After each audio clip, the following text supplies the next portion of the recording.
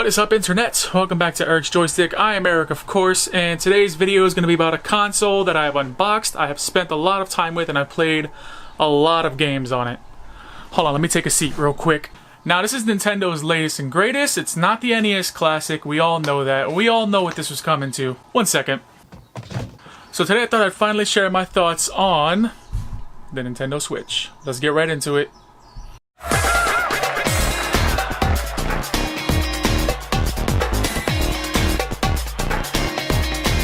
I was gonna shoot this whole opening sequence where I ride in on my scooter and intro the video like that, but it's been raining on Kauai for the past couple months. Kinda ridiculous. So at this point we all kinda know what the Nintendo Switch is, don't we? It's a portable console that can be taken on the go, or you can hook it up to a dock and play it off of your TV, like a traditional home console. It's kind of the successor to the Nintendo Wii U. It kind of shares a similar philosophy with the Nintendo Wii U, which can be played on a tablet controller or on a TV like a traditional console. Console has a 6-inch touchscreen, which is just a little bigger than a smartphone. There's a cartridge slot, there's railings on the sides for Joy-Con controllers, a kickstand which covers a micro SD slot, and a USB Type-C port that's used for charging and can output display to your TV. The system connects to devices like controllers with Bluetooth. The system has an NVIDIA chipset which is based off of the Tegra X1 chip, which is found on the NVIDIA Shield TV console. Around the time Nintendo merged their handheld and home console divisions back in 2013, there was word going around saying that they were working with early versions of NVIDIA Tegra chips. So I think it's safe to assume that a system like the Switch was a long time coming. It actually feels kind of nice when it's fully put together. You can tell it looks like a refined Wii U gamepad. While I had no issues using the Wii U gamepad, it's hard to want to go back to using it over the Switch in handheld mode. The Joy-Con rails and the USB-C ports open a lot of possibilities for future accessories, like newer models for controllers, different kinds of headsets, and so on. Unfortunately, we really haven't seen many things like that yet, which is kind of a letdown to me. The Joy-Con options expanding is inevitable, but it would have been nice to have been able to use all of my Bluetooth accessories, like my keyboard or my headset. But hey, unlike a lot of modern smartphones that has a headphone jack, right? One thing that I really don't like about the hardware is that the system only has 32 gigabytes of memory on board. With games in this generation that take up a lot of space, 32 gigabytes is nowhere near enough when it comes to storage space. A micro SD card is essential for this thing. Luckily, they're pretty cheap, unlike the PS Vita's proprietary memory cards. Of course, the Joy-Cons come with the system. They can be used as separate controllers or just as one controller with or without the Joy-Con grip. There's a lot of neat tech in them, like a gyroscope, an IR camera, NFC reader. Nintendo has this thing called HD Rumble. They took everything from past controllers, refined them, and put them in this tiny, neat little package. Which of course is why they're so expensive if you want to buy another pair. $40 for one controller and $80 for both. And despite their high price, they feel kinda cheap. Using them as separate controllers works in a pinch and is a fun novelty, but after a while it gets a little cramped, especially if your hands are big like mine. Seriously, look at this. Look at this. Look how big Look how small this is compared to my giant friggin' hands. There are accessories that can help with this, but those are extra and not everyone is gonna want to dish out money for those. I'm not a fan of the directional buttons either. They get the job done, sure, but they don't feel as good as a traditional controller, which is why I got the Pro Controller. There are a lot of options for traditional controllers. I've checked out a couple, but for me, I feel the Pro Controller is the best one. The Pro Controller is essential if you're gonna get the Switch. It does everything the Joy-Cons do, but with a more traditional layout. I don't like that the triggers are digital, but it's forgivable, honestly. And while $70 is a little expensive for this thing, let's be real. How much is a PS4 controller? How much is an Xbox One controller? Around the same price, right? You're gonna want a traditional controller for the Switch, and I think that the Pro Controller is the best one out of all of them. I do wish it came in more colors though. The Switch also comes with a dock. You connect to the dock with a USB Type-C port. Once the Switch is docked, the video output automatically switches from the system to the TV. No extra gimmicks, no complications, it just works as advertised and it's freaking awesome. The whole play console quality games on the TV or on the go works as advertised with no compromises or anything like that, and I think that's awesome. There have been so many nights where I've taken whatever I was playing off of the TV and onto the bed and played before I went to sleep. If I had one complaint, it would be that there isn't much else to the dock. It has 3 USB Type-A ports, 1 USB Type for the Switch, and 1 HDMI port for TV output. It would have been nice if there was a built-in Ethernet port for better internet connection or better hardware inside the dock to make the games look better on the TV. So let's move on to software. At launch, the system software and the game selection felt a little bare bones. 1 year later, the game selection is a completely different story. Most of the first-party games like ARMS, Zelda Breath of the Wild, Mario Kart 8, Mario Odyssey are all kind of essential to owning the Switch.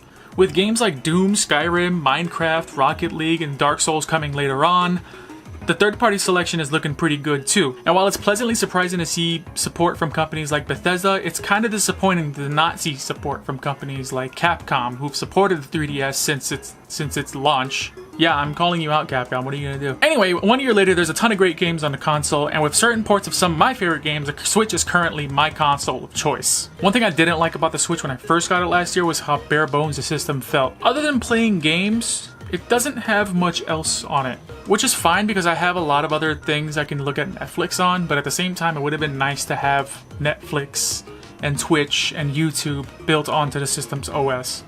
Again, it's fine for me because I have a smartphone and a tablet and a computer and a console that can play Netflix and Twitch and YouTube, but it could be a deal breaker for you. So that's something you'll want to consider if you're getting this thing.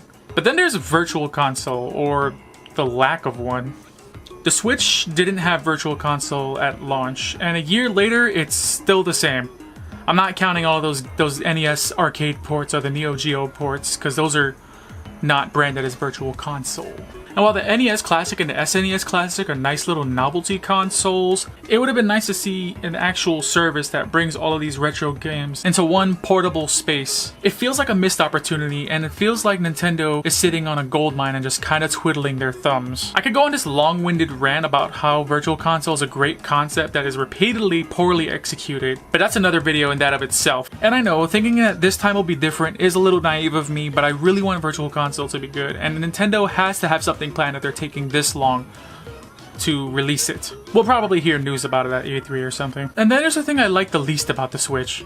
It's the online. Nintendo Switch Online has been in kind of an early access beta state since the system's launch, and nothing has changed a year later. If you want to play a game online with random people, it works fine as is. You can join matchmaking, play games with other players around the world, and most, if not all, multiplayer games have a local multiplayer built in it. If you want to communicate, however, that's a totally different story. As of right now, the Nintendo Switch doesn't have a proper online service. Not like the PS4 or Xbox One. You got your online multiplayer, your eShop, and a friends list with friend codes. Yeah, friend codes. I thought they were going to take a step forward with the Wii U since it had voice chat, text chat through the Wii U's gamepad, and an online service called Nintendo Network. It even had text messaging through Miiverse. It wasn't the best working thing, but it was there and it had potential to grow. And it felt like, for once, Nintendo was onto something. Right now, none of that is present in the system.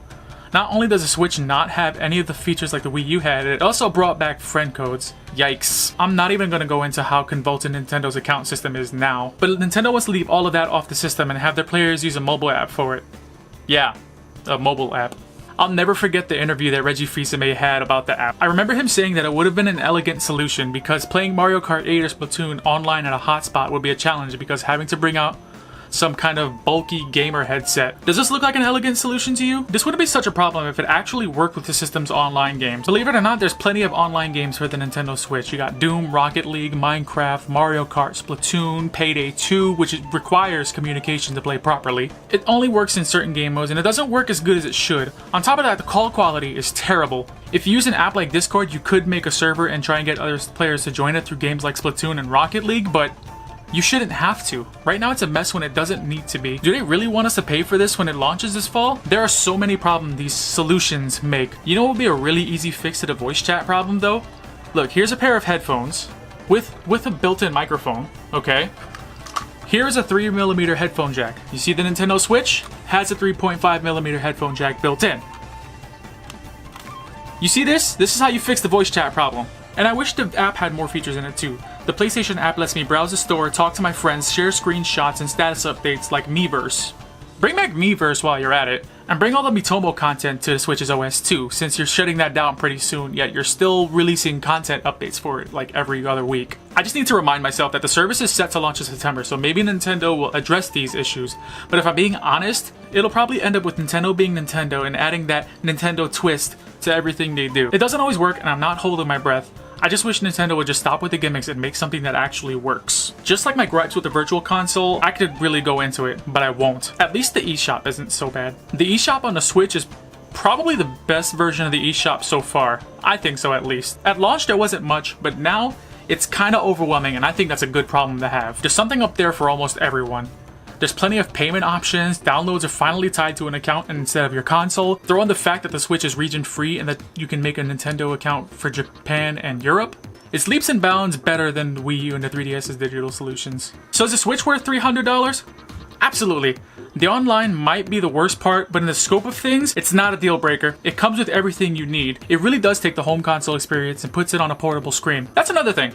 The hardware obviously pales in comparison to the PS4 and Xbox One and a good PC, but when you think of it as a handheld device, all of it starts to make more sense. It's a handheld console that can also be used as a home console. Other than my gripes with the online, I think the Switch is a great little piece of hardware. It's got a ton of great potential, which I hope in its later years are fully realized. But that's a completely different story now. It's had a hell of a first year, and I can't wait to see what the Switch is going to be like in a couple of years. Before we outro, I just want to give a shout out to my friend Lucas, who helped me edit the script. You know who you are. Thank you very much. Also, yes, I know the orange jacket is not a neon red Joy-Con jacket. I had to have some sort of red to contrast with the blue jacket over here. Anyway, thank you so much for watching. If you want to check out any of my other stuff, you can go to www.meinanutshell.com/Erik_Villanueva. I'll leave that in the description below. It has all of my stuff. It's got my Twitter, my YouTube, my Twitch channel, my Instagram for behind the scenes. All of it is there for your viewing pleasure. Thank you guys so much for watching. I'm Erik, and I'm out of here. Peace.